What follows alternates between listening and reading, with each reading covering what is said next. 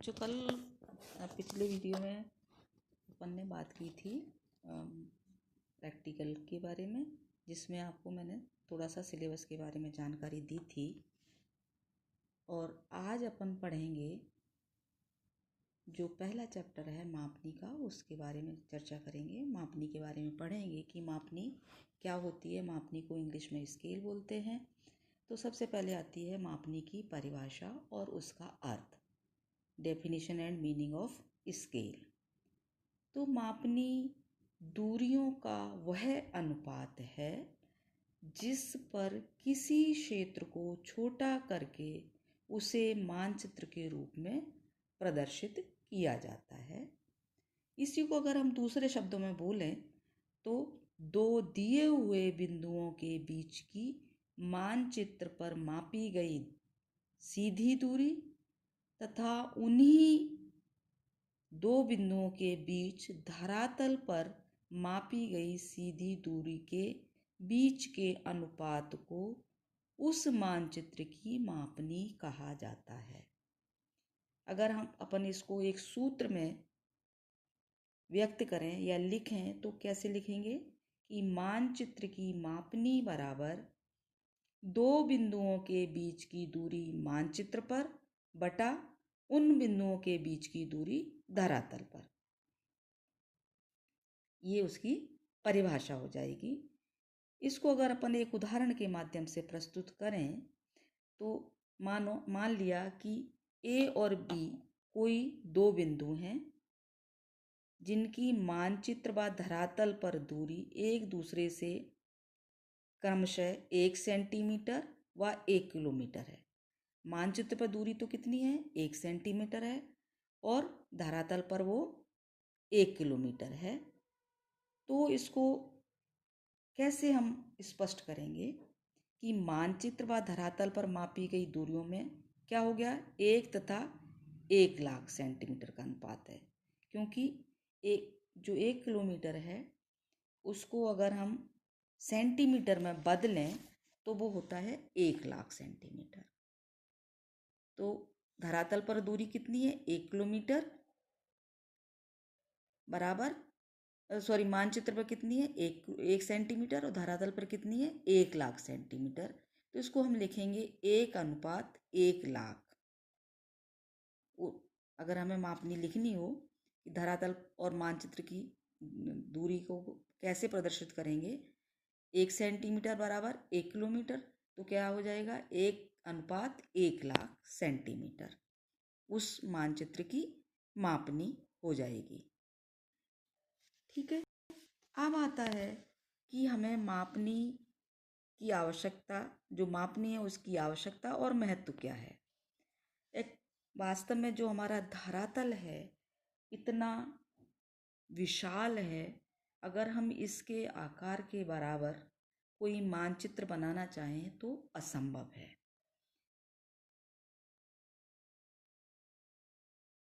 यदि हम थोड़ी देर के लिए मान लें कि पृथ्वी के बराबर आकार वाला कोई मानचित्र बनाया जा सकता है तो ये क्या है? एक निरर्थक बात है जिसका कोई अर्थ नहीं है, क्योंकि हमारा धरातल इतना बड़ा है कि हम उस पर उसका मानचित्र अगर हम बनाना चाहें तो संभव नहीं है।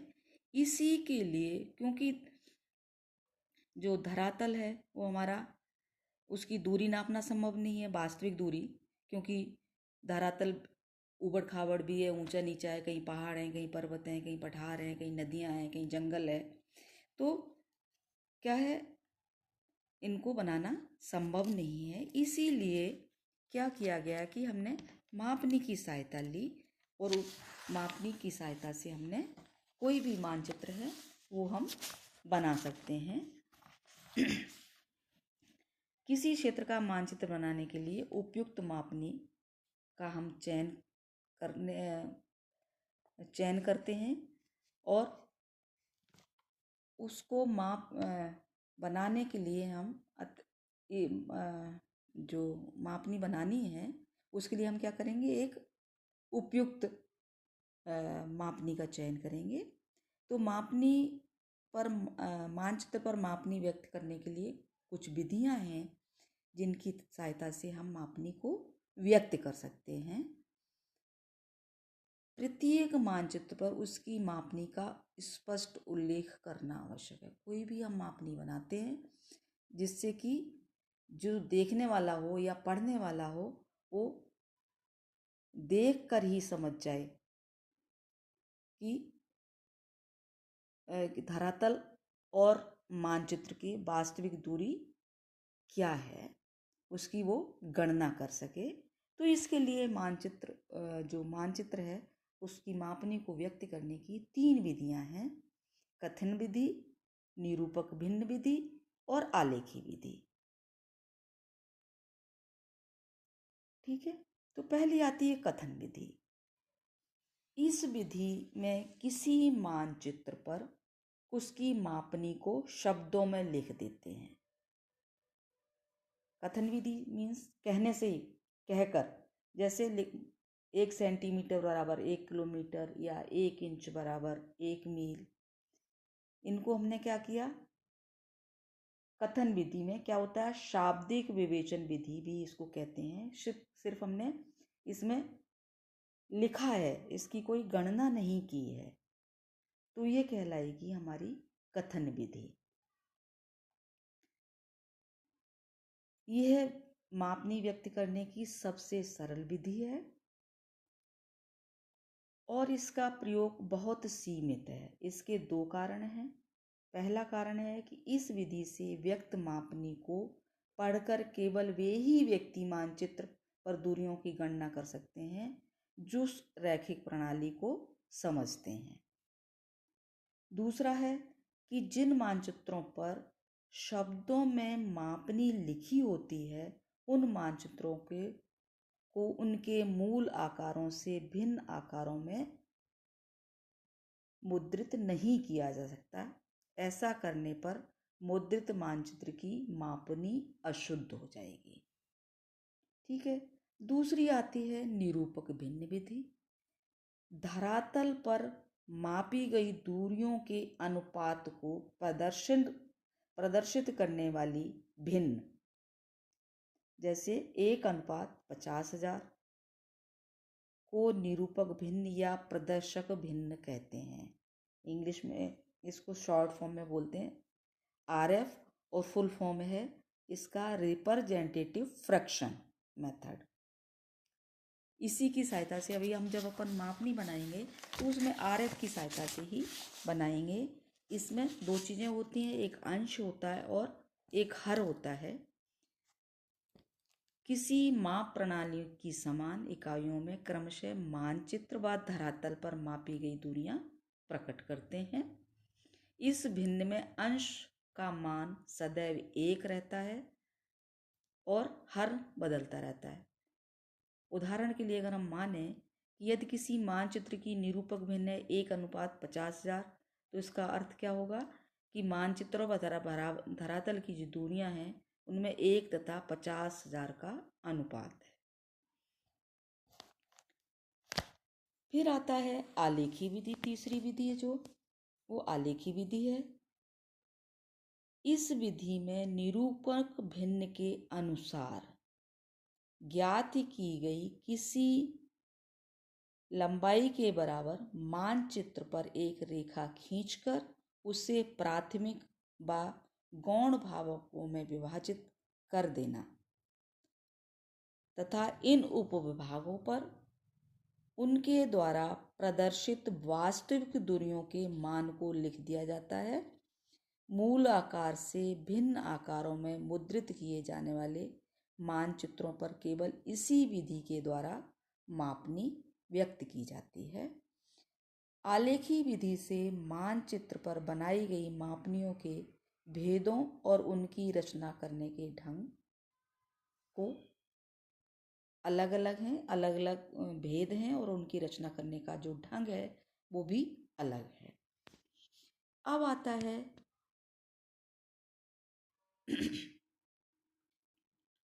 मापनियों का रूपांतरण और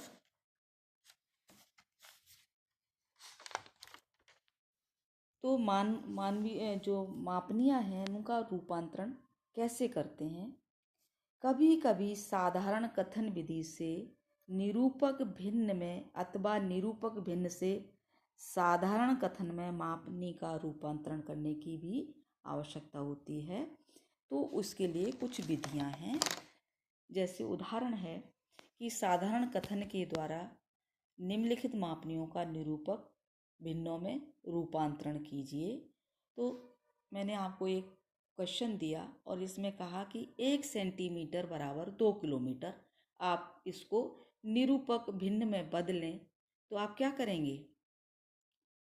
करेंगे कि मानचित्र पर 1 सेंटीमीटर की दूरी बराबर धरातल पर 2 किलोमीटर की दूरी। तो क्या हो जाएगी निरूपक भिन्न? कैसे बनेगी? अब हमें ये पता होना चाहिए कि जो 2 किलोमीटर है उसकी मान क्या है। तो सबसे पहले तो हमें ये मालूम करना होगा कि जो दूरियां हैं धारा जो हमारी जैसे किलोमीटर है, हेक्टोमीटर है, डेकामीटर है, डेसीमीटर है, मीटर है, सेंटीमीटर है, मिलीमीटर है। तो सबसे पहले हम क्या करेंगे? इनके मापों को हमें जानना जरूरी है। मापनियाँ 2 मानों में बनती हैं। एक तो इंच की मापनी होती है और एक सेंटीमीटर की मापनी होती है। और इनकी जो धरातल के माप भी हैं वो सेंटीमीटर के अलग होते हैं और इंचज के अलग होते हैं। सेंटीमीटर की मापनियाँ हैं उसमें चलता है मील, फरलांग, गज और फीट। ये दूरियां जो धरातल की होंगी वो या तो मील में दी हुई होंगी या फरलांग में दी होंगी या गज में दी होंगी या फीट में दी होंगी। और जो हमारी सेंटीमीटर की दूरियां हैं ये दी होंगी kilometre, hectometre, decametre, metre, decimetre, centimetre और मिलीमीटर में। ठीक है ना? तो हमें इनके बारे में भी जानकारी प्राप्त करनी है कि किस तरह से। तो सपोज मैंने अभी एक उदाहरण आपसे पूछा, एक क्वेश्चन आपको दिया कि 1 सेंटीमीटर बराबर 2 किलोमीटर। तो मानचित्र पर 1 सेंटीमीटर कहाँ है? मानचित्र पर है। और 2 किलोमीटर कहाँ है? धरातल पर। तो हम कैसे हल करेंगे इसको? मानचित्र पर 1 सेंटीमीटर की दूरी बराबर धरातल पर 2 किलोमीटर की दूरी। तो 2 इंटू 1,00,000 सेंटीमीटर। अब हमारी निरूपक भिन्न क्या बनी? 1:2,00,000। 1 किलोमीटर में 1,00,000 सेंटीमीटर होते हैं, 2 किलोमीटर में 2,00,000 सेंटीमीटर हो गए। तो हमारी निरूपक भिन्न क्या बन गई? 1:2,00,000। इसी तरह से दूसरा उदाहरण एक और मैं आपको बताती हूँ कि 1 सेंटीमीटर बराबर 3 किलोमीटर, 5 हेक्टोमीटर, 3 डेसीमीटर और 5 सेंटीमीटर। अब हमें 1 किलोमीटर की तो दूरी पता है, तो 3 किलोमीटर की भी हम ज्ञात कर लेंगे। 1 किलोमीटर में 1,00,000 सेंटीमीटर हैं तो 3 किलोमीटर में 3,00,000 सेंटीमीटर हो जाएंगे। और उसके बाद आती है हेक्टोमीटर। तो हमें किलोमीटर की दूरी तो मैंने आपको बता दी। हेक्टोमीटर, 1 हेक्टोमीटर में होते हैं 10,000 सेंटीमीटर। ठीक है? और डेकामीटर में होते हैं, 1 डेकामीटर में होते हैं 1,000 सेंटीमीटर में। पता ही है आपको 1 सेंटीमीटर की दूरी। तो मैंने आपको एक उदाहरण दिया कि 1 सेंटीमीटर बराबर 3 किलोमीटर, 5 हेक्टोमीटर, 3 डेकामीटर और 5 सेंटीमीटर। तो इसको हम कैसे बनाएंगे? मानचित्र पर 1 सेंटीमीटर बराबर धरातल पर 3 किलोमीटर, जिसकी वैल्यू है, मूल्य है 3,00,000 सेंटीमीटर। 5 हेक्टोमीटर, जिसका 1 हेक्टोमीटर बराबर 10,000, तो 5 हेक्टोमीटर बराबर 50,000। 5 इंटू 10। 1 डेकामीटर में 1,000 तो 3 डेकामीटर में 3,000 प्लस 3,000 और 5 सेंटीमीटर बराबर 5 सेंटीमीटर, तो 3 लाख प्लस 50,000 प्लस 3,000 प्लस 5, हमारा जो निरूपक भिन्न है वो क्या बनेगी? 1:3,53,5। ठीक है, ये तो थी आपकी कुछ मापनियाँ। मैं आपको इनके नाप लिखकर डाल दूंगी कि 1 किलोमीटर में कितने हेक्टोमीटर होते हैं, सारा बता दूंगी आपको। अभी आप थोड़ा सा समझ लें। अब आती हैं दूसरी इंचेज की। तो मैंने आपको बताया कि जो इंच की मापनी है उसमें इंच जो धरातल का माप है वो मील, फरलांग, गज और फीट में चलता है। तो एक उदाहरण है, 2 इंच बराबर 1 मील 3 फरलांग। अब हमें किलोमीटर की तो दूरी पता चल गई, परंतु इंचेस में नहीं पता है कि 1 मील में कितने इंच होते हैं।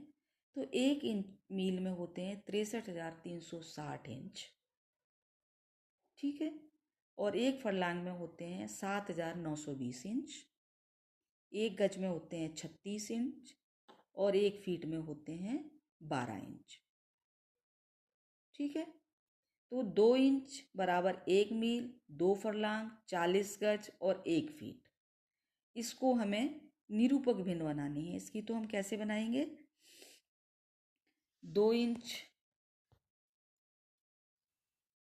बराबर धरातल पर 1 मील, 1 मील में होते हैं 63,360। फिर है 2 फरलांग, 1 फरलांग में है 7,920, तो 7,920 गुणा 2 हो जाएगा 15,840, प्लस 1 गज में होते हैं 36 इंच, तो 36 40 गज हैं, तो 36 into 40 1440 inch, plus 1 feet 12 inch. इनको हम जोड़ लेंगे और 2 का भाग दे देंगे तो हमारा निकल जाएगा 1 अनुपात आ जाएगा और धरातल की दूरी आ जाएगी 1 अनुपात 40,328। ठीक है ना? तो ये हैं कुछ मापनियों के रूपांतरण जिनकी सहायता से हम मापनियाँ बनाएंगे। अगले वीडियो में अपन पढ़ेंगे आलेखी मापनी क्या है और इसी की सहायता से जो मापनियाँ और आलेखी मापनियों के भेद, इन्हीं की सहायता से हम क्या करेंगे? मापनियों का बनाएंगे और पहले पढ़ेंगे और फिर उसी के आधार पर आप मापनियों की रचना करेंगे। मैं आपको उदाहरण से समझाऊंगी और आप उसी हिसाब से आप बनाएं और बनाकर मुझे दिखाएं। अगर आपको